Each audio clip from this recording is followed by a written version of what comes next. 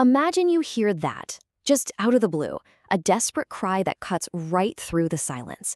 It's one of those sounds that you feel in your bones. An alarm bell just starts ringing in your gut. No, really. Take a second and think about it. What is your very first instinct? Do you run to the window? Do you immediately grab your phone and dial for help? Or do you just freeze, listening, waiting? It's a question we all hope we get right. But the psychology behind what we actually do is way more complex, and honestly, sometimes way more troubling than any of us would like to think. So, okay, let's really get into this. We're going to explore this incredibly powerful social phenomenon called the bystander effect.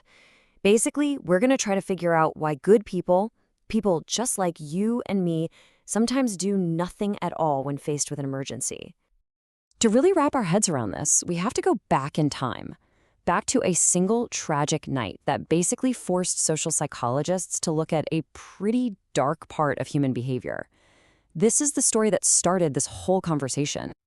This is the timeline of what happened to Catherine, or Kitty, Genovese, in Queens, New York. And what you have to understand is this wasn't some quick, hidden event. It was a prolonged, terrifying ordeal that lasted for over half an hour. Kitty was attacked. She screamed for her life. She fought back. The attacker even left and came back. Twice. Lights went on in the apartments all around. People heard her. Some people even saw parts of what was happening. And yet, for 30 agonizing minutes, nobody called for help. 38. That was the number that hit the newspapers. Now look, later reporting has shown that the initial story might have exaggerated exactly how many people saw the entire attack. But the core shocking fact remains. Dozens of people were aware that something violent and terrible was happening, and they failed to act in time. The story, as you can imagine, ignited a firestorm. People were horrified. They were baffled. How could so many people witness a murder and do nothing? Were they monsters? Apathetic? Was this just what big city life did you?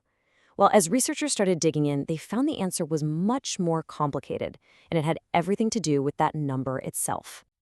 And that brings us to the first major psychological reason for this inaction. It's a concept that takes our old saying, safety in numbers, and flips it completely on its head. It's called diffusion of responsibility. It's this feeling that when you're in a group, the personal pressure to do something gets spread out so thin among everyone that it practically vanishes. Think about it.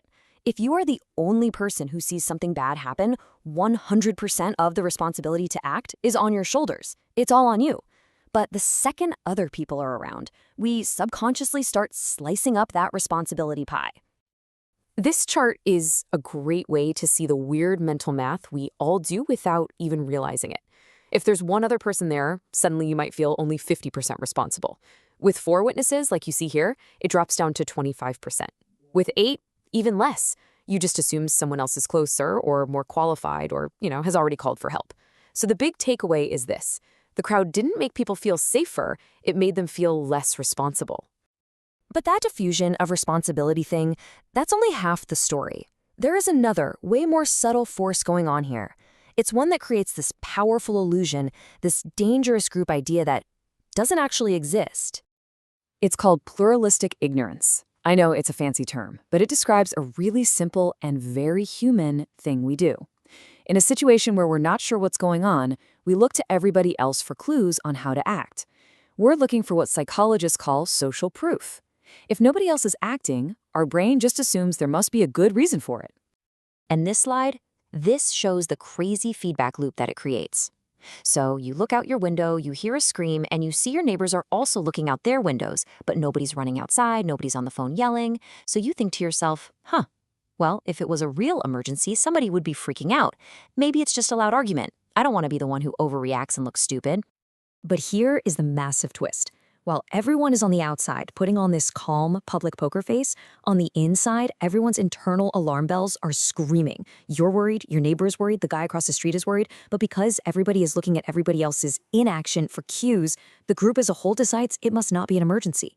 It's this wild paradox where a room full of concerned people becomes a completely inactive crowd, totally paralyzed by a misunderstanding that nobody ever talks about. So for decades, this two-part explanation, diffusion of responsibility and pluralistic ignorance, was pretty much the standard way to understand this. But most of the research was done in controlled labs. What happens out in the real world during real, dangerous, violent events? Well, a groundbreaking study using actual security camera footage gave us a pretty surprising answer. Now, based on everything we've just talked about, you'd probably think the answer here is a clear yes, right? More people should mean more in action. But some researchers thought, hang on, in a really dangerous fight, maybe a crowd feels like backup. Maybe it actually encourages people to step in. So which one is it? Okay, so check this out. Researchers in Copenhagen got their hands on footage of 81 real violent assaults, all captured on public CCTV. They watched hundreds of hours, tracking how many people were there and what their relationship was to the people involved, and what they found was fascinating. First, they did confirm the classic bystander effect. Yep, even in these scary situations, the more people there were, the less likely any single person was to help. But that wasn't the big headline. The data pointed to a completely different factor that was way, way more important than the size of the crowd. 20 times. That's how much more likely you were to intervene if you already knew someone involved in the fight, whether it was the victim or even the person starting it. 20 times. This wasn't just a small statistical bump. This was a massive game-changing discovery. And this chart just shows it so clearly. On the left, you've got the effect of the number of bystanders. It's negative, yeah, it makes you less likely to help, but look at how small that effect is. Now look at the bar on the right. That's the effect of having a social connection. It is positive, and it is absolutely enormous in comparison. So the real story here is this. What matters most isn't just how many people are there, but who is there. Our connection to other people is a much, much stronger reason to act than the anonymous presence of a crowd is a reason to wait. Okay, so knowing all of this, knowing about diffusion of responsibility and pluralistic ignorance, and how powerful our social connections are, what can we actually do about it? How do we break that spell of inaction, not just in the physical world, but in our digital lives too? The bystander effect isn't just something that happens on a street corner anymore. It is alive and well online. Just think about it. A hateful post can have thousands of witnesses. That responsibility diffuses into basically nothing.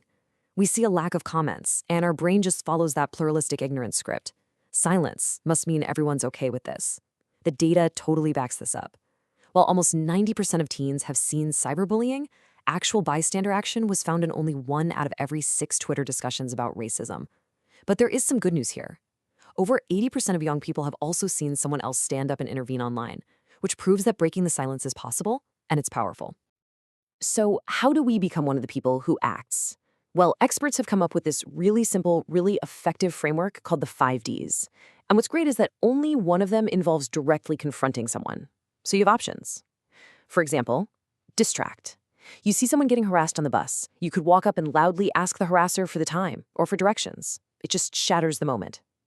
Delegate.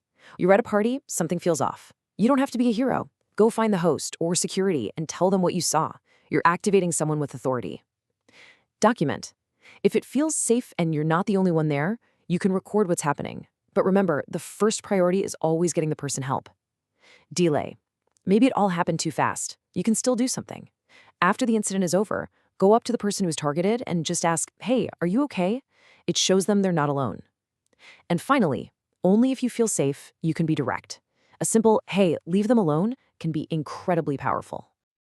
In the end, the most powerful tool we have against the bystander effect is simply knowing that it exists. Seriously, the very fact that you've watched this and now understand these psychological forces, diffusion of responsibility, pluralistic ignorance, it makes you so much more likely to overcome them. The next time you feel that hesitation, you can actually put a name to it. You can recognize that silent pull of the crowd and make a conscious choice to break away from it. And that really leaves us with one final question. This isn't about whether you're a good or bad person. We're all wired this way. We're all susceptible to these forces. It's about recognizing the situation for what it is. So the next time you see something, whether it's in person or online, and you feel that little pause, that urge to just wait and see what someone else does, knowing everything you know now, what will you do?